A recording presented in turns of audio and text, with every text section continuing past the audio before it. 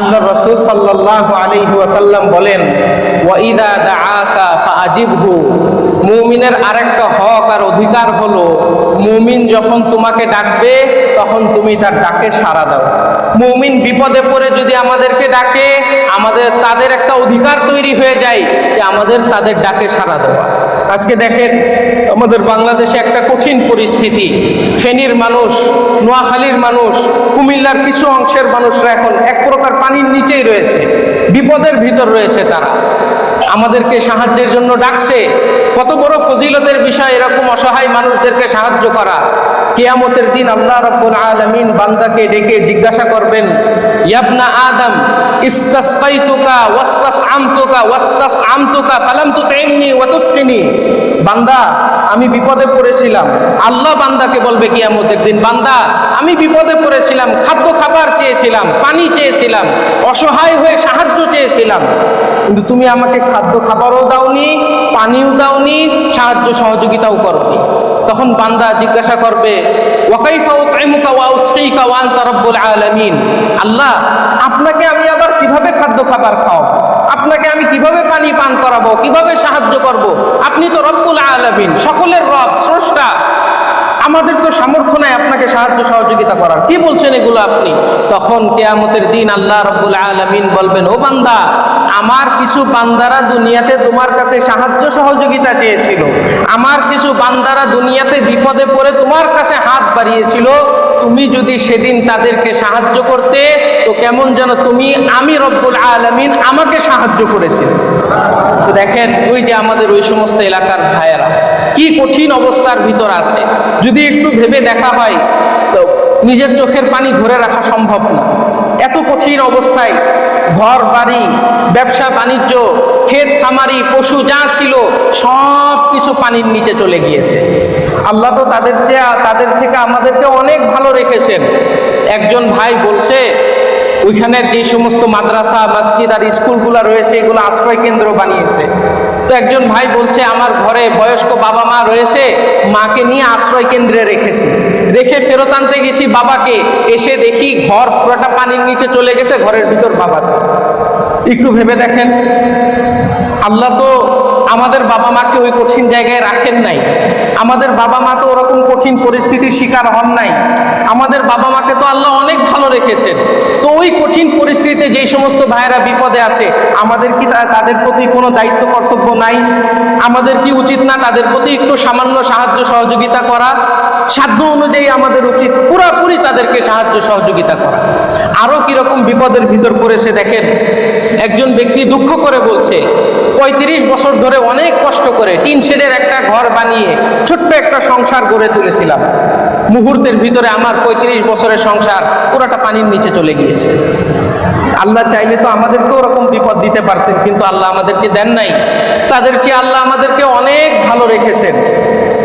এখন তারা বিভিন্ন মাদ্রাসায়, বিভিন্ন মসজিদের দোতলায়, স্কুলের দোতলা তিনতলায় অবস্থান করছে। খাদ্য খাবার নাই, বিদ্যুৎ নাই, মোবাইলের নেটওয়ার্ক নাই, কারোর সাথে যোগাযোগ করতে পারে না।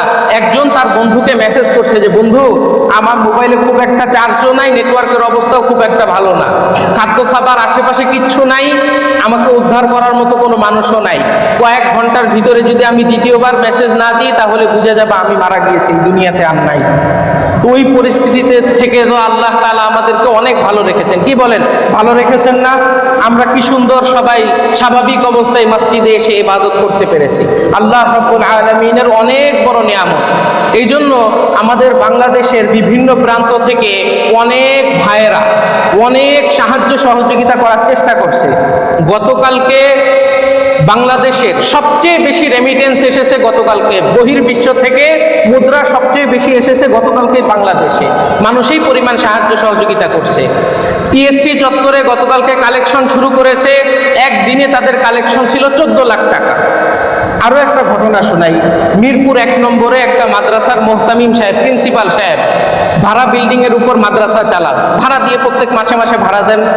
মাদ্রাসার স্থায়ী জায়গার জন্য কিছু টাকা পয়সা তিনি সঞ্চয় করছিলেন। 50,000 টাকা মতো তার কাছে ছিল মাদ্রাসার জন্য। উনি স্থায়ী জায়গার জন্য আলাদা সঞ্চয় করেছিলেন। কিন্তু যখনই শুনেছে এরকম ফেনীর নোয়াখালীর বন্যার্ত ভাইয়েরা পানির নিচে ডুবে যাচ্ছে, ওই 50,000-এর পুরা 50,000 টাকা উনি দান করে দিয়েছেন। তো উনার তো মাদ্রাসার জায়গার জন্য টাকা জমাচ্ছিলেন, নিজের জন্যও না।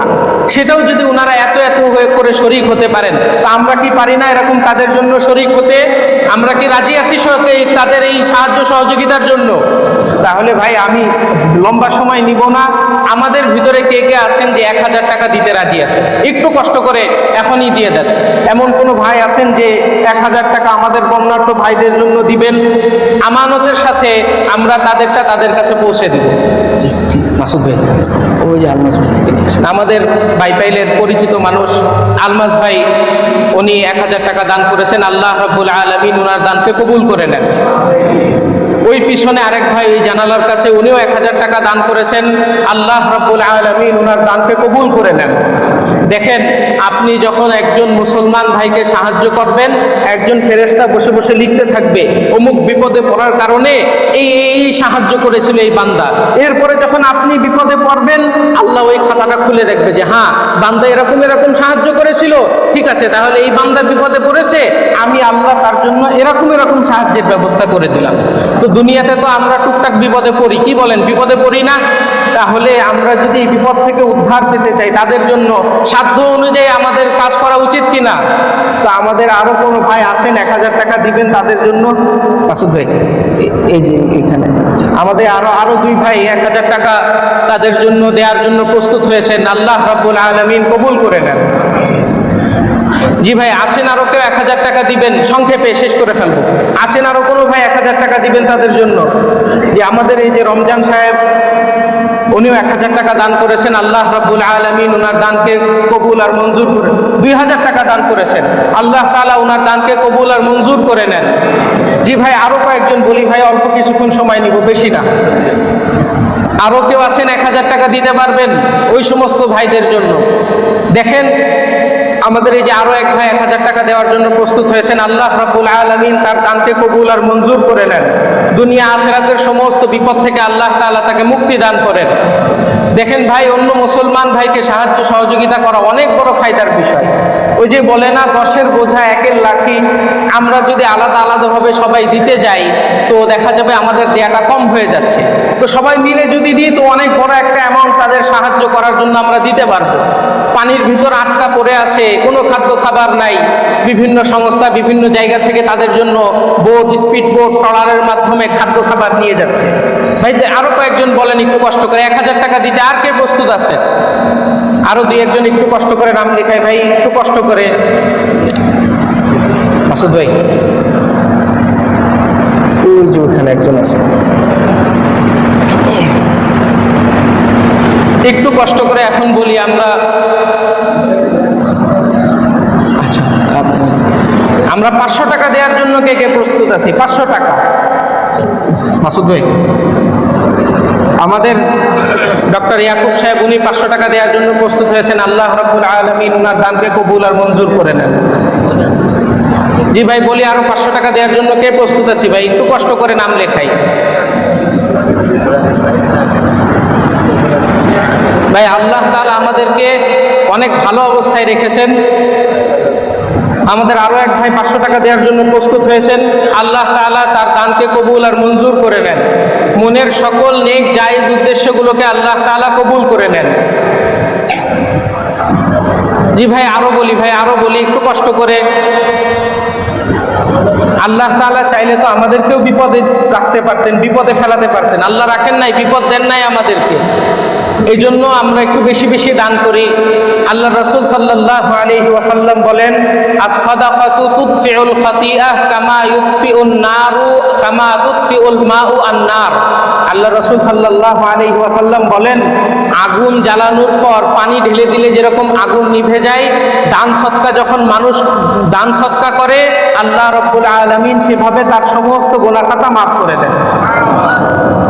আমাদের পরিচিত ব্যক্তি, সকলেই জানে যে তারামণ্ডল সাহেব, উনিও 1000 টাকা দান করেছেন। আল্লাহ রাব্বুল আলামিন ওনার দানকে কবুল আর মঞ্জুর করে নেন। আমাদের দোতলায় তিনতলায় কোনো ভাই যদি থাকেন 500 টাকা 1000 টাকা দিতে প্রস্তুত, একটু কষ্ট করে যদি আমাদের হাতে পৌঁছে দেন অনেক বড় উপকার হবে। আল্লাহ রাব্বুল আলামিন আমাদেরকে বেশি বেশি দান করার তৌফিক দান করেন। জি ভাই, আরো কয়েকজন একটু কষ্ট করে বলি 500 টাকা দেওয়ার জন্য আর কে কে প্রস্তুত আছেন ভাই? আপনার এই দানটা কাল কিয়ামতের দিন হয়তো নাজাতের উসিলাও হতে পারে। হয়তো এমন কোনো আমল নাই আপনার পার পাবেন, আল্লাহ বলবে দেখো অন্য মুসলমান ব্যক্তিকে দুনিয়াতে সাহায্য সহযোগিতা করেছিল কিনা। তখন ফেরেশতারা খাতা খুলে দেখবে আল্লাহ আপনার ওই যে বন্যার্থ যে সমস্ত ভাই বোনেরা আছে তাদেরকে সাহায্য করেছিল।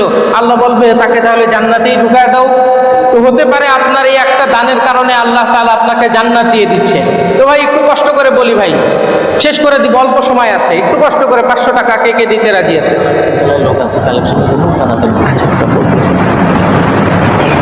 দোতলায় তিনতলায় যে সমস্ত ভাইয়েরা বন্যার্থ ভাই বোনদের জন্য কালেকশন করবেন, আমরা একটু কালেকশন শুরু করে দিই। আমাদের নামাজের পরে মসজিদের বাইরে আমাদের কিছু ভাইয়েরা থাকবেন যারা কালেকশন করছেন। আপনারা একটু কষ্ট করে যদি যে যতটুকু পারেন একটু তাদের জন্য সাহায্য সহযোগিতা করেন। দেখেন এই যে নগদ একটা কোম্পানি আছে না, আপনারা তো সকলে এই কোম্পানিটা চিনেন। বিকাশ যেরকম মোবাইল ব্যাংকিং একটা কোম্পানি, নগদও একটা মোবাইল ব্যাংকিং কোম্পানি। এই কোম্পানির অনেকগুলো কর্মচারী আছে বাংলাদেশে। তো এই কোম্পানি করেছে কি, যত কর্মচারী আছে সব কর্মচারীরা তাদের একদিনের বেতন পুরাটা এই বন্যার্থ ভাই বোনদের সাহায্যের জন্য দিয়ে দিয়েছেন, দান করে দিয়েছেন। ঢাকা শহরের বিভিন্ন রিক্সাওয়ালারা আছে, দিনের পুরাটা ইনকাম 1 টাকা পকেটের ভিতর না রেখে পুরাটা তারা দিয়েছেন এই বন্যার্থ ভাই বোনদেরকে সাহায্য সহযোগিতা করার জন্য।